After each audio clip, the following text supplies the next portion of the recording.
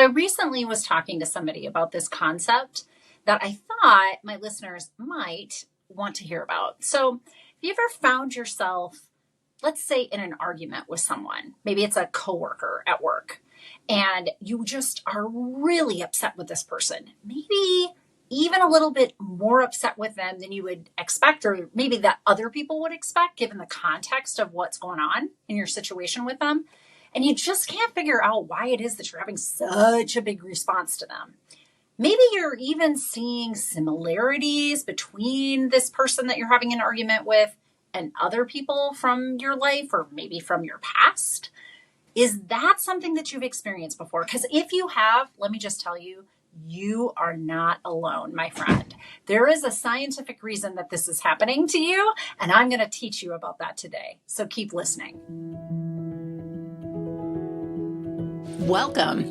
This is how to fix your sucky life. That's right. Maybe you're somebody who says, "So life sucks. Now what?" Right? Fix me, doc. I don't know what to do with all of this. This is a podcast that teaches anybody who's interested in learning a little bit more about how to get control of the anxiety in their life, the stress in their life, all of those feelings that are bogging you down. I'm your host, Dr. Natalie Marr, a clinical psychologist of the last 2 decades and a trauma therapist. And I'm here to help you understand how things early in our life, things like trauma or really difficult times, impact us later in life.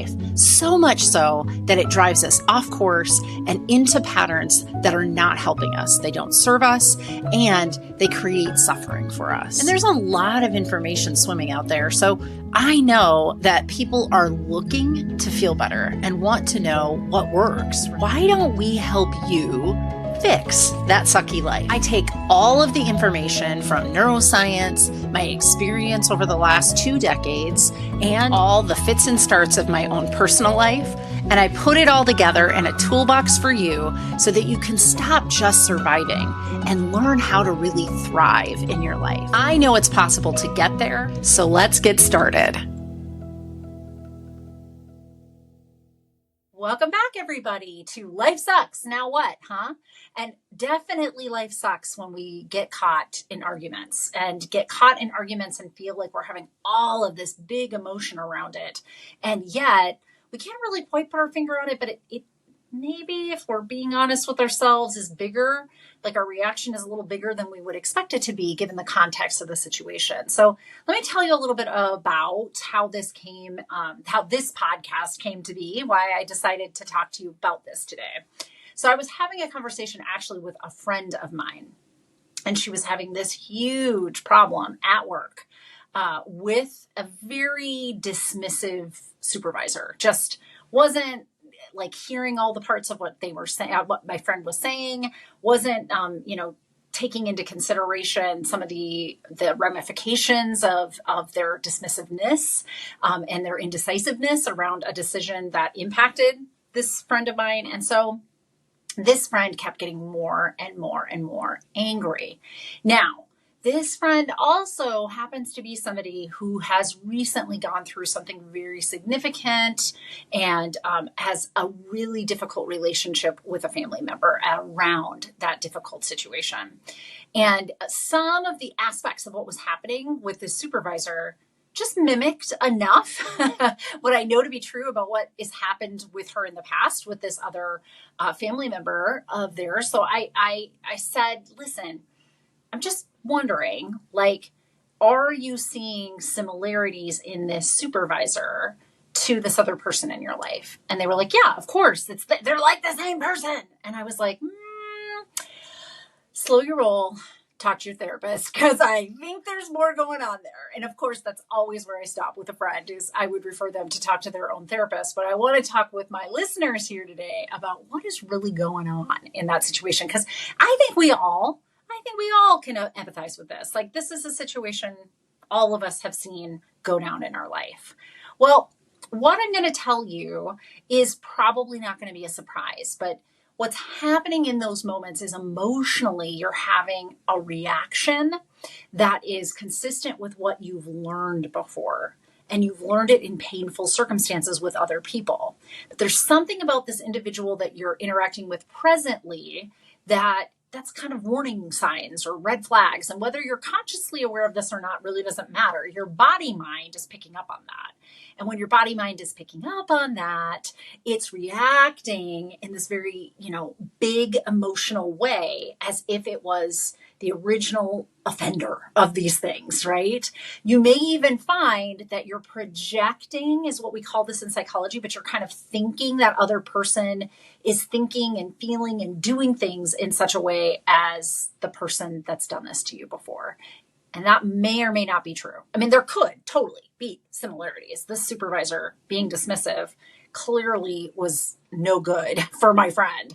And the things that my friend was starting to think that the supervisor was thinking and plotting and doing were way more consistent with stuff that she had experienced with this other family member, not necessarily the history that she had with the supervisor, but because this situation was happening in such close time proximity to, with her supervisor to when this stuff had gone down with this family member, it made a ton of sense that her body mind was having this reaction. Well, why do we do this, right? What is the point of this, Dr. Natalie? Well, there is an evolutionary reason for this. Our body and mind, our brain, it's like a supercomputer for picking up patterns in our environment. And the reason for this is that it really wants to simplify your life. It wants to be able to make decisions in the split second that are best going to meet the needs of you as an organism out in the world. And so when it's gone through an experience, especially that was very difficult, challenging, took a lot for you to get there, well, in those circumstances, it really imprints quite firmly into your brain a blueprint of this, first few signs of dismissiveness means it's going to turn into this. And we're going to have all of our reactions come up automatically as a result of that. Whatever that original insult was kind of maps out what your reaction is going to be. And the more difficult or traumatic that the situation originally was, or situations, right? Because there could be this is a learned pattern of, somebody in my friend's life that was dismissive all of their life from their family. It wasn't, there were some recent incidents with that individual, but this is somebody who had been chronically that way, right? So it doesn't just mean one occurrence, but could be, piled up cumulative occurrences of that kind of experience.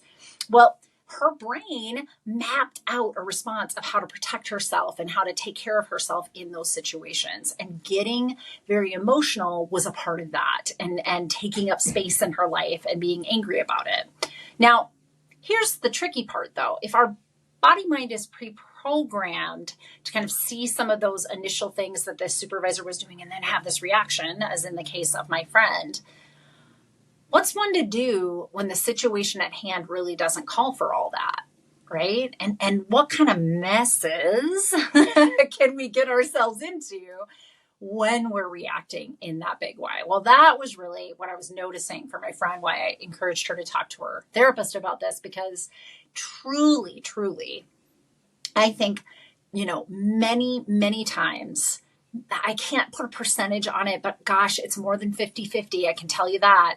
It's way more in the neighborhood of maybe 70.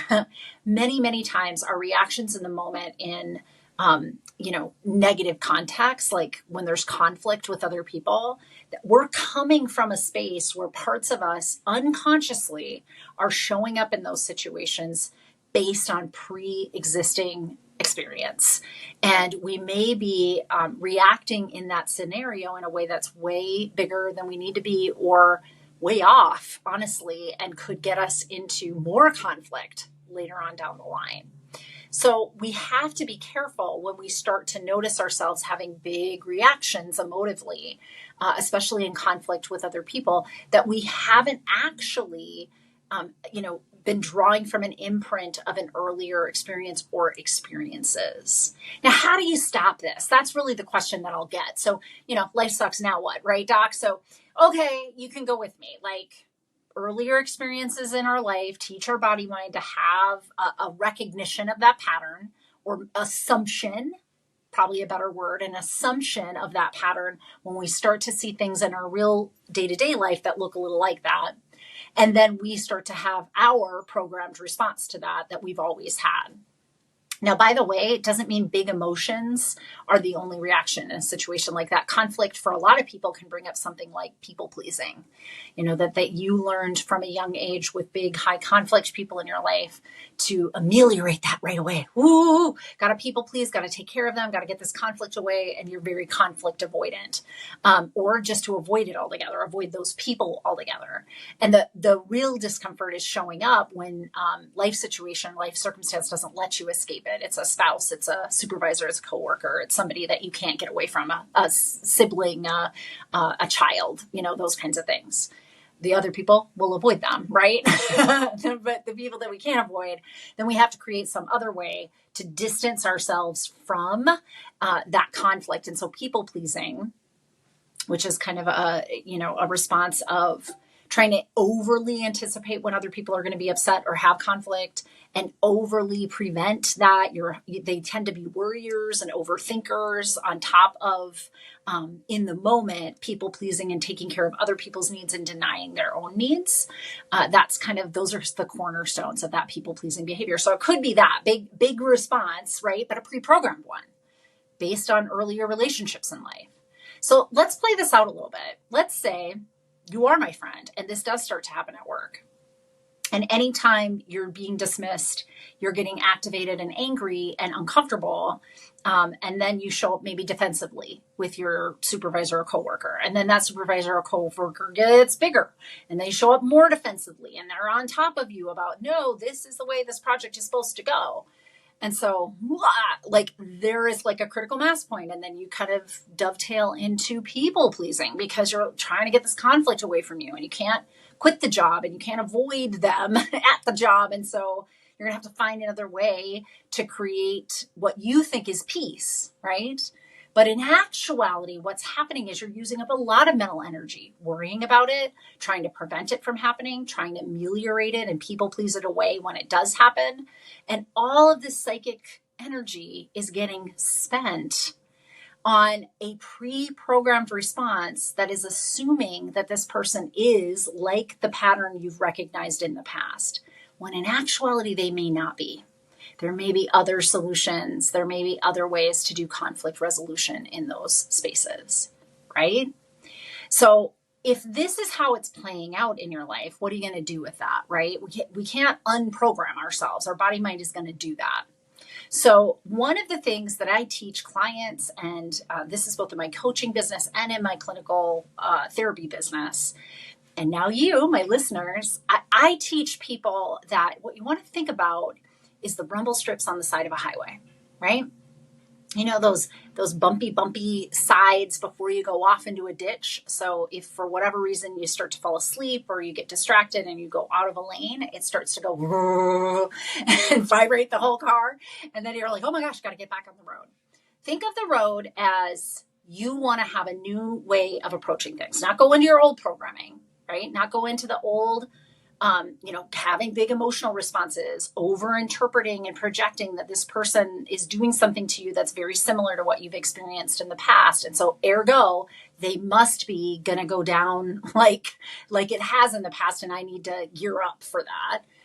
When that gets activated, think of that as the rumble strip back to the old way of doing things. And you don't want to go off in that ditch. You want to get back on the new road, and your new road is you showing up to this a little bit differently. Now, some of us will have, relatively not easy time, but like once we get the hang of, oh, this is a rumble strip, that's an old way. I don't want to overinterpret that my, peer is being a jerk and dismissive for this reason. I want to, think that they're doing something. Maybe they're coming from a bad day, maybe they've had some stressors in their life. I'll give them the benefit of the doubt. And that allows me to back off and not take this personally and just come at it from, here are the things I can do, setting limits. Here are the things I won't do with you. You're my peer. Like, this is my job. This is your job description. Hey, let's try to help each other out here. I'm here to be your support, but I'm not going to take that on personally the way that you're coming at me. So you're able to show up to it differently. For some of us, that's, a relatively easy transition once we start to build the self-awareness that is that rumble strip, once we start to feel ourselves go in to that area. But self-awareness skills take some doing. I teach mindfulness always as the precursor to building up the parts of the brain. And I've had these, discussions with you in the podcast earlier. So please go back to earlier podcasts when mindfulness was brought up. But a little lesson here. If you're looking at your brain being your fist, those of you who are not watching this on YouTube, just listen to me. Like if you close your fist around your thumb, right? So your 4 fingers go around your thumb and you're coming at me with those 4 fingers, right? Think of those 4 fingers on top, from the knuckle to the hand. Think of that as your frontal lobe. And the frontal lobe is right behind your forehead. And right behind your forehead is all of this stuff in our brain that allows us to think things through, to problem solve, to recognize rumble strips, have self-awareness, bring ourselves back on track. Even though our body might be having a reaction, to override that reaction and say, listen, I'm not dying. I'm not threatened. This is not something I need to take personally, right? We want to have access to that part of our brain. The problem is those pre-programmed responses that we talked about earlier in this podcast, those come from other areas of the brain that aren't attached necessarily to that conscious awareness. And so self-awareness building and mindfulness building is a way to bridge back to that frontal lobe. It's back, engaging the part of us that knows something different and can override emotionally driven, behaviorally driven, just habitually driven responses that our body mind has as patterns of behavior. So if that's, rumble strip has, ditch has become a habit and you need to get out of that habit and you need to recognize rumble strip, which is that habit as it starts to be, come as you start to have that big emotional response, see yourself people pleasing, doing whatever it is that you do in those situations. Well, you need that frontal lobe to be online. And the way to build the bridge between the parts of the brain that are doing this automaticity of just acting out of programming of what you've known to do forever and seeing it differently and going on the new road, or getting back on the new road that you want to get on. Well, you're going to have to build that up with mindfulness practice. It's just being in the here and now, focusing on one thing. And remember, I'll just do a little lesson here. Remember that mindfulness isn't being a Buddhist monk that has cleared their mind of everything and staying in that state for a long period of time. Like, power to you if you can get there. Power to you. Most of us, our mind wanders hundreds of times in a time that we sit down for mindfulness. And that's okay, because to me, that's the opportunity for repetition of let's lift a weight up and direct my attention back to whatever that mindfulness practice is, right? Mind wanders, bring it back to the practice. Mind wanders, bring it back to the practice. And that's like repeating reps, right, of a weight that you're lifting up and down and up and down, and you're building the strength of a muscle, which is neurology between those parts of your brain that automatically have you responding and recognize a pattern and don't even tell you, and the parts of your brain that are aware and online and can see that as a rumble strip. So you got to practice some mindfulness. That's the first part of this. You got to build the strength of the brain to be able to do this. Once you've got that under control and you start to notice it, there'll be a period of discomfort. I'm sorry, friends, but there will, where you'll notice that you do the old pattern and you're watching yourself do it, but can't stop it. This is a natural part of the change process. Think about it. If you want to change something and you don't know what it is, you just know that you don't like the outcome of it, but you don't have any idea of what the nuts and bolts are of how to do it, how are you going to change it? Right? If you like chocolate chip cookies, but you keep baking cookies that are sugar cookies and you don't know what the ingredients are that go in and you haven't watched yourself do the baking and you don't see how many minutes it takes and what mixes in and what ingredients versus dry ingredients, any of that stuff, right? How are you ever going to turn it around into something else? You can't, right? So there's first mindfulness and having the access to the frontal lobe that can see the world differently and choose differently for yourself. And then there is the sheer just time of watching yourself hit that rumble strip, go in the ditch, hit that rumble strip, go in the ditch, and do the old behavior till you really are familiar with all the ingredients and all the steps that go into it. so that you could interrupt that and bring yourself back on to the highway, which leads to the third step, which is interruption. You've got to interfere with that pattern. You've got to interrupt that pattern. So recognizing a rumble strip is kind of a pattern interrupt, but even more so, you need to bulk that up, add something to it. So, for my example that I've talked about on this podcast, it was, if my friend had known it was a rumble strip that she was having an emotive response to this person at work that was very similar to a family member of hers, then maybe that friend would have been able to get up from her desk, take a walk for 20 minutes on her break, come back and reset. It's an interruption. She's not staying at the desk. She's not rereading emails. She's not doing that. She's interrupting. She's letting go of it all. She's resetting her nervous system, because a walk is a really great way to just regulate and get yourself from that triggered state of being back into that thriving, living state of being. So that's your third step. Recognize it, mindfulness. We got to practice, have those self-awareness skills. Then we have to be able to, connect that to the incident that's happening and watch it over and over enough times that we really know it. That's the second step. And then the third step is we got to pattern interrupt once we've recognized those rumble strips. And of course, the last step is choose something different. Usually the next question I get is, Dr. Natalie, what the heck am I supposed to choose different? And here is where I have the most unpopular answer, but it is absolutely the truth and nothing but the truth. You try something. There is no magical, this is what you should do instead. There's no rights and not rights that any psychologist on this earth can just write out for you. Clearly, there are some maladaptive behaviors, but I promise you, if you've got a brain in that skull, you already know what those are. Really, you do. And what I want you to do is trust that you have good judgment. And so based on what you know right now, what would be a better way to act in those moments? Try it. Try it for a while. Again, watch yourself do it. Is this a new ditch on the other side of the road, or is this helping you get on that new road? You got to watch yourself for a while before you know that. Once you know better, do better. If this isn't working either, the new thing that you chose, choose something different, right? So for my friend who was having this big emotional response and being very defensive, and noticing like all of those responses that were familiar from family, like they went back, they talked to their therapist, and they came up with some ideas of new things to do for themselves. So they're watching themselves get caught up in it sometimes, but when they can do a pattern interruption, then they can show up to it a little bit differently. And then they practice that for a while until they see if that works. So it's really 4 steps, right? Mindfulness to build the strength in the brain to have self-awareness. Starting to have self-awareness at a very detailed level, which means watching yourself repeat the automaticity of falling into those old habits over and over till you're familiar enough with it to know, ooh, that's where I should do something different.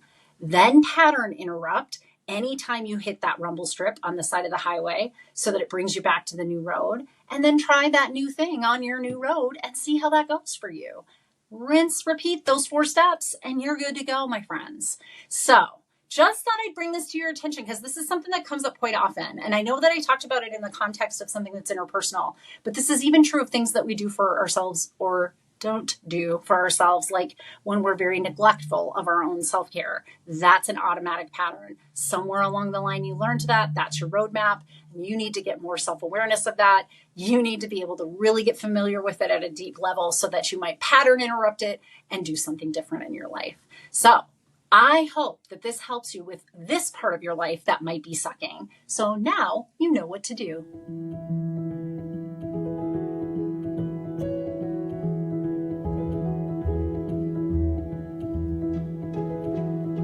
Because I am a licensed clinical psychologist in the state of Minnesota, I need to be sure that you understand this podcast is for educational and entertainment purposes only, and it is not a replacement for any mental health or medical therapy, counseling, or other treatments. I also want to be sure that if you are in crisis, that you seek out help. So I'm going to share with you here 2 different resources that you might use for yourself or someone else you know that's close to you in crisis. The first is the National Suicide Prevention Lifeline. You can find them at suicidepreventionlifeline.org online, or pick up the phone and dial 988. and you can talk to somebody right away if you're in crisis. Now, if you're somebody who doesn't like to pick up the phone to talk to somebody directly, there is also a crisis text line. You can find them at crisistextline.org online, or you can text HOME to 741-741, and you'll reach somebody right away to help you in crisis. Thank you so much for listening to the podcast, and I strongly encourage that you like and follow us wherever you find your podcasts. Share us if you like an episode and think somebody could use that information, and certainly leave a review if you feel like there's something that really resonated for you. It helps me when I see those reviews to make sure to have relevant material on the podcast that you want to hear about.